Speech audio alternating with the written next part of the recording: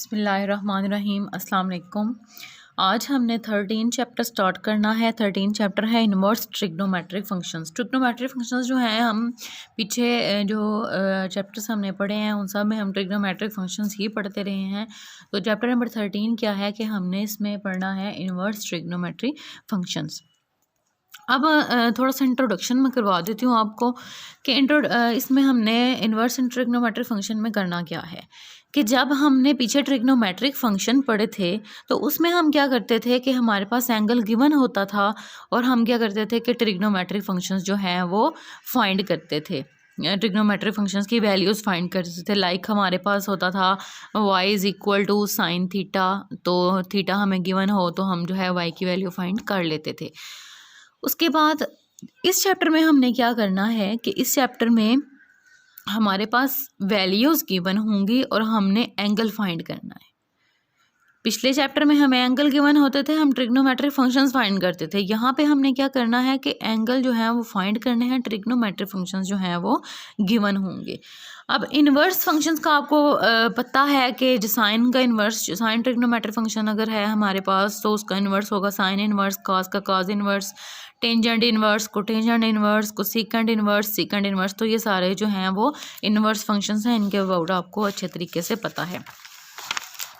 अब हमारे पास कुछ डोमेन और रेंज की बात हम कर लेते हैं, तो उसके बाद हम 13.1 जो एक्सरसाइज है वो हम स्टार्ट करेंगे कि ट्रिग्नोमेट्रिक फंक्शंस की डोमेन और रेंज क्या होनी है।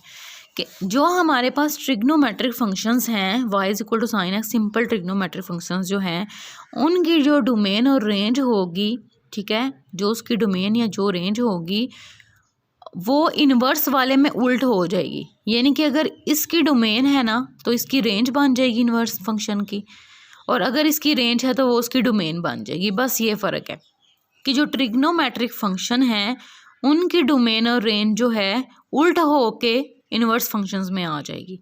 यानी कि ये फॉर एग्जांपल इसकी डोमेन है ना सिंपल साइन फंक्शन की, तो ये इसकी बन जाएगी इन्वर्स फंक्शन की रेंज।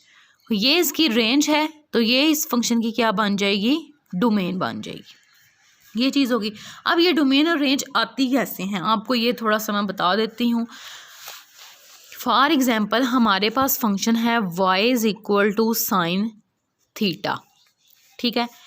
अब जो थीटा है वो एंगल है और y क्या है, कोई भी एक वैल्यू है। थीटा क्या है, एंगल है, ठीक हो गया।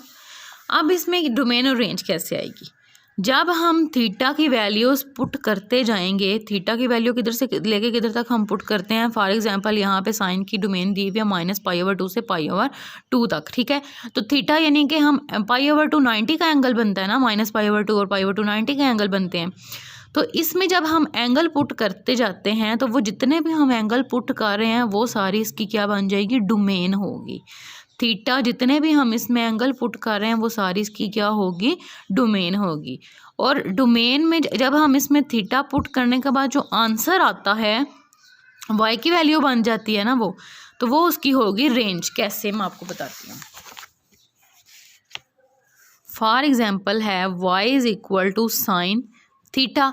मैं कहती हूँ कि हमारे पास जो एंगल है वो -π/2 से लेके π/2 तक है। मैं कहती हूँ कि एंगल हमारे पास क्या है, π/2, -π/2 से लेके π/2 तक एंगल है। अब इसकी डोमेन और रेंज कैसे बनेगी। y is equal to sine -π/2, इसी तरह y इज़ इक्वल टू -π/2 से π/2 के दरमियान 0 भी आएगा, साइन 0।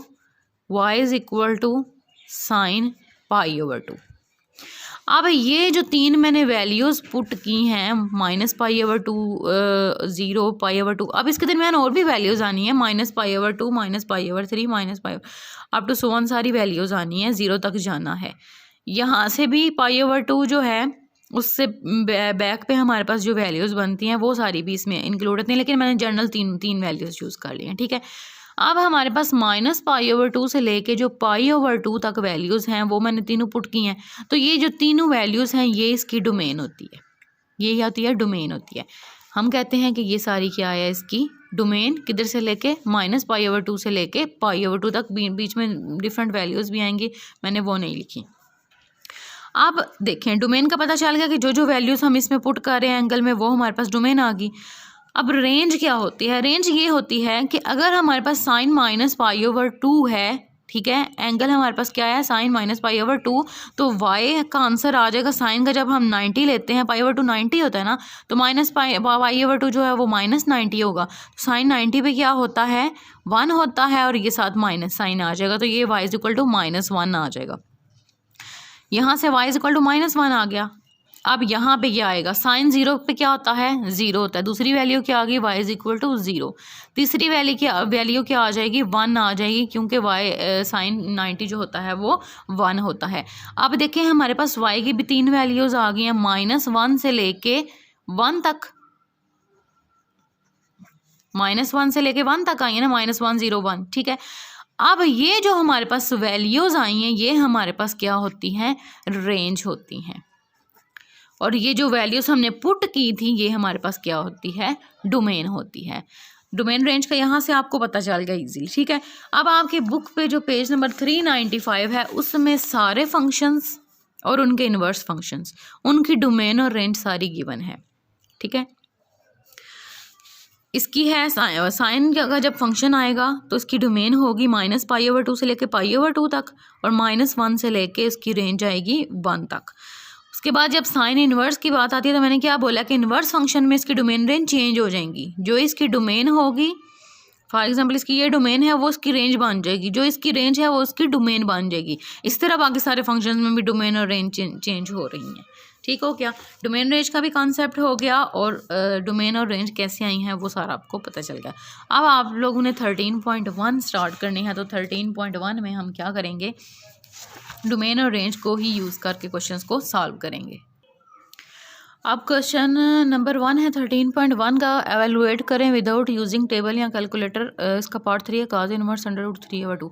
अब इसको सॉल्व करने का तरीका मैं क्वेश्चंस में ही बता देती हूँ, आपको अलग से नहीं बताती, मैं आपको क्वेश्चन करवा के ही स्टेप वाइज बता देती हूँ उसको सॉल्व कैसे करना है।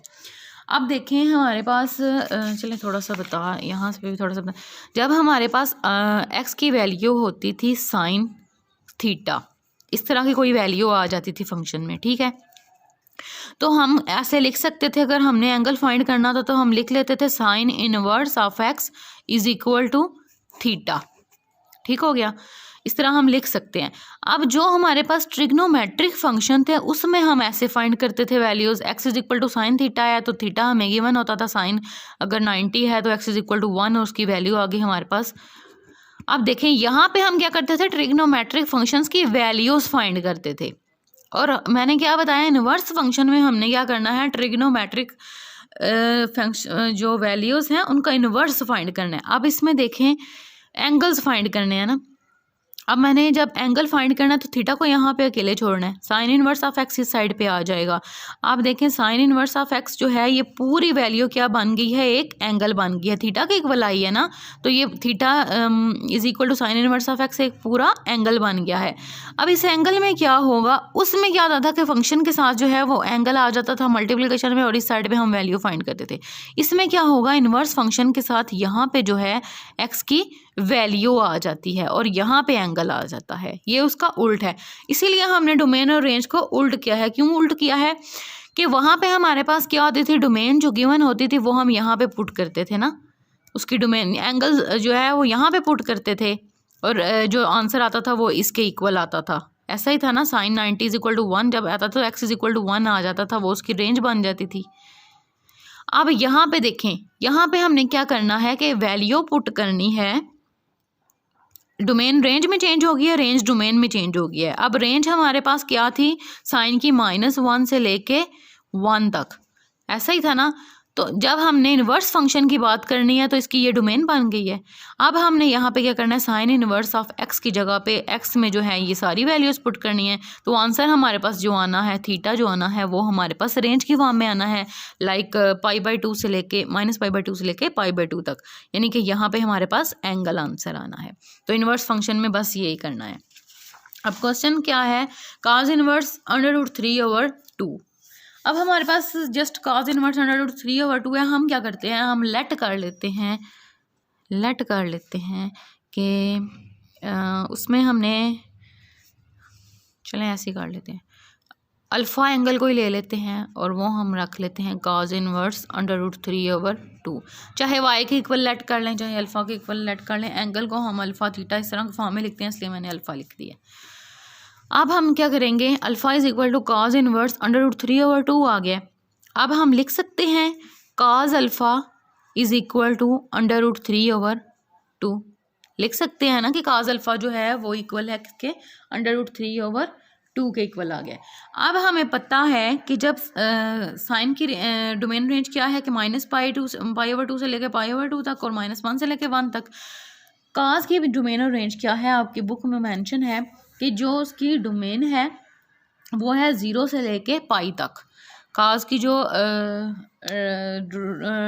डोमेन है वो है 0 से लेके पाई तक।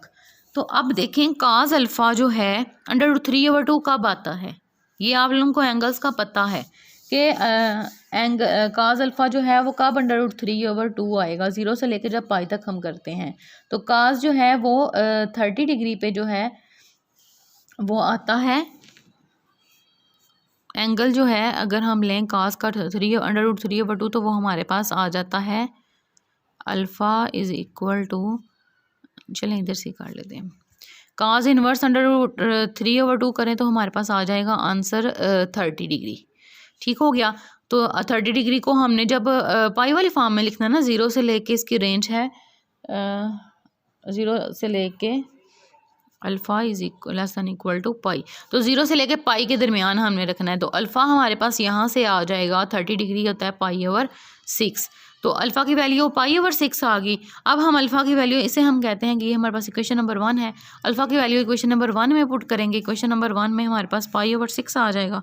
π/6 is equal to cos inverse of √3/2। तो इस तरह हमारे पास ये क्वेश्चन सॉल्व हो जाएगा। उसके बाद इसका हम पार्ट 5 कर लेते हैं। cos inverse 1/2। इसी तरह हम लेट करेंगे, पहला स्टेप हमारा यही होगा, let alpha is equal to cos inverse of 1/2। ठीक है, तो cos अल्फ़ा क्या आ जाएगा, cos alpha is equal to 1/2। अब हम क्या करते हैं, जब cos अल्फ़ा 1/2 किस कौन से एंगल पे होता है, cos 1/2 हमारे पास आता है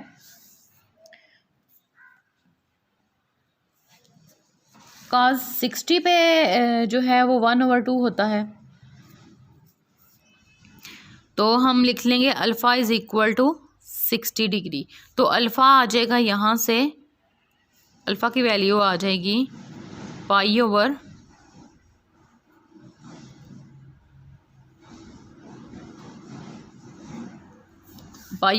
यहाँ पे हमारे पास अल्फ़ा की वैल्यू आ जाएगी π/3। तो हम फिर लिख सकते हैं कि cos इनवर्स ऑफ 1/2 जो है वो किसके इक्वल होता है, π/3 के इक्वल होता है। इसी तरह इस क्वेश्चन नंबर 1 में जितने भी पार्ट्स हैं उसमें आपने पहले लेट करना है उसको, उसके इक्वल, फिर आपने देखना है कि ये एंगल कहाँ पे मतलब cos थीटा जो है वो 1/2 कब होता है, cos अल्फ़ा या cos थीटा कुछ भी कर लें। cos अल्फ़ा जो है वो 1/2 कब होता है, cos अल्फ़ा जो है वो 60 पे होता है। तो फिर अल्फ़ा जो है उसकी वैल्यू, इसका मतलब है 60 होगी। तो 60 डिग्री को हम जब रेंज वाली फॉर्म में लिखेंगे, 0 से लेके पाई तक है cos की, तो रेंज में π/3 आ जाएगा। तो इस तरह फिर हम इसे दोबारा इक्वेशन नंबर 1 में पुट करेंगे अल्फ़ा की वैल्यू को, तो हमारे पास आंसर आ जाएगा। इसी तरह इस क्वेश्चन नंबर 1 जो है इसके सारे पार्ट्स करने हैं। नेक्स्ट क्वेश्चन नंबर 2 है, उसने बोला है कि विदाउट यूजिंग टेबल या कैलकुलेटर शो करें कि tan inverse 5/12 is equal to sine inverse 5/13। अब हमने प्रूफ करना है लेफ्ट हैंड साइड को जो है वो राइट हैंड साइड के इक्वल प्रूफ करना है। तो हम कैसे प्रूफ करेंगे कि tan इनवर्स 5/12 जो है वो इक्वल होता है साइन इनवर्स 5/13 के। चलें स्टार्ट कर लेते हैं हम। उसी तरह लेट कर लेते हैं कि जो अल्फ़ा है वो इक्वल है tan इनवर्स 5/12 के इक्वल। ठीक हो गया। तो इसका मतलब है tan अल्फ़ा जो है वो इक्वल आ जाएगा 5/12 के। अब उसी तरह जैसे पिछली 10 चैप्टर में शायद हम करते रहे हैं या 12 में कि जो पाइथागोरस थ्योरम हम यूज़ करते थे, जब हमारे पास 2 वैल्यू गिवन होती थी, तीसरी वैल्यू हम फाइंड कर लेते होते थे। तो हम उसी तरह वो थ्योरम यूज़ करेंगे। वो थ्योरम क्या है कि जब हमारे पास एक राइट ट्रायंगल मौजूद हो और उसकी जो परपेंडिकुलर है और बेस है वो गिवन हो, यहाँ पे अगर अल्फ़ा हो तो वो होता है टेंजेंट अल्फ़ा। ये साइड हमने फाइंड करनी है। तो हम कैसे फाइंड करते हैं कि हाइपोटेनस का square is equal to perpendicular का स्क्वायर प्लस बेस का स्क्वायर, ऐसे करते थे ना। तो हमें परपेंडिकुलर भी गिवन है, tan अल्फ़ा जो होता है वो परपेंडिकुलर ओवर बेस के इक्वल ही होता है। परपेंडिकुलर की वैल्यू भी गिवन है, बेस की वैल्यू भी गिवन है, तीसरी हम इसीलिए फाइंड कर सकते हैं। ये आप लोगों की अच्छी खासी प्रैक्टिस है इस चीज़ की। तो एच स्क्वायर आ जाएगा, परपेंडिकुलर क्या है 5 है, 5 का स्क्वायर 25 आ जाएगा, प्लस बेस क्या है 12 है, 12 का स्क्वायर जो है वो 144 आ जाएगा। H square is equal to बन जाएगा 169। एच हमने फाइंड करना है, हाइपोटेनस फाइंड करना है, तो 169 स्क्वायर रूट दोनों साइड पे लिया तो एच इज़ इक्वल टू आ गया 13 के इक्वल आ गया। अब हमारे पास तीसरी साइड आ गई है 13 के इक्वल। अब उसने बोला है कि tan इनवर्स 5/12 जो है वो साइन इनवर्स 5/13 के इक्वल है। तो अगर हम साइन अल्फ़ा फाइंड करें, साइन अल्फ़ा, तो साइन अल्फ़ा किसके इक्वल होगा, परपेंडिकुलर और हाइपोटेनस के इक्वल होता है। तो परपेंडिकुलर 5 है ओवर हाइपोटेनस क्या है 13 है। अल्फ़ा यहाँ से आ जाएगा साइन इनवर्स ऑफ 5/13। तो इस तरह हमने जो है लेफ़्ट हैंड साइड को लेके राइट हैंड साइड जो है वो प्रूफ कर। अब क्वेश्चन नंबर जो 3 है उसमें वो कहता है कि फाइंड करें एक्सप्रेशन की वैल्यू, उसी तरह जिस तरह क्वेश्चन नंबर 1 हमने किया है एज इट इज़ है। बस इसमें हमारे पास दो तरह के फंक्शन आ गए हैं, काज भी आ गया और साथ इन्वर्स फंक्शन भी आ गया। तो सबसे पहले हमने इस इन्वर्स फंक्शन को ही सॉल्व करना है। तो उसी तरह लेट कर लेते हैं हम कि अल्फ़ा किसके इक्वल है, साइन इनवर्स 1/√2 के इक्वल है। तो उसी तरह फिर हमने सॉल्व करना है कि साइन अल्फ़ा जो है वो आ जाएगा 1/√2 और अल्फ़ा हमारे पास क्या आएगा, साइन जो है वो 1/√2 कब आता है, तो साइन 1/√2 जो है वो होता है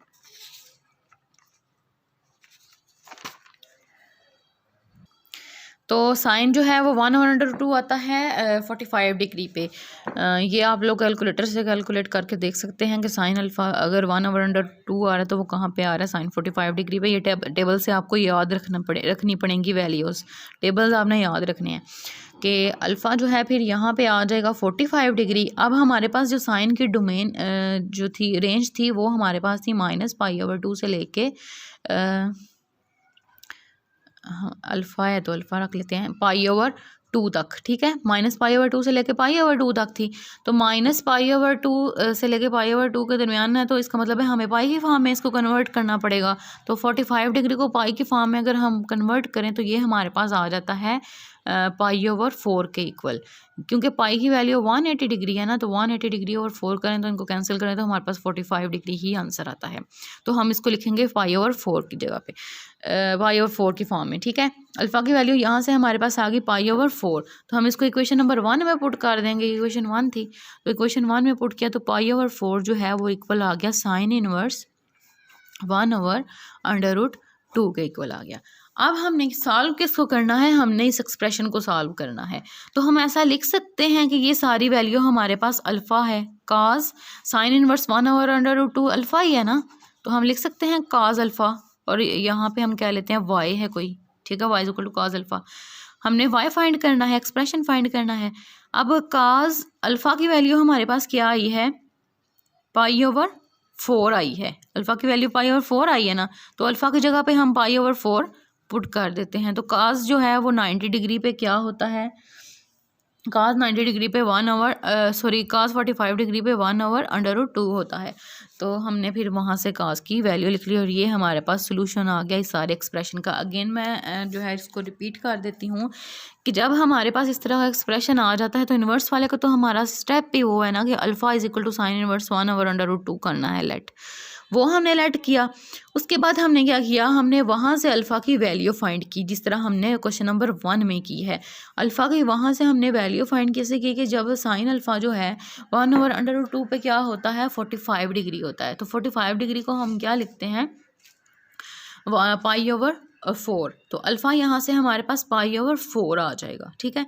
π/4 जब हमारे पास अल्फ़ा आ गया तो हमने इस अल्फ़ा की वैल्यू जो है वो यहाँ पे पुट कर देनी है, ठीक है।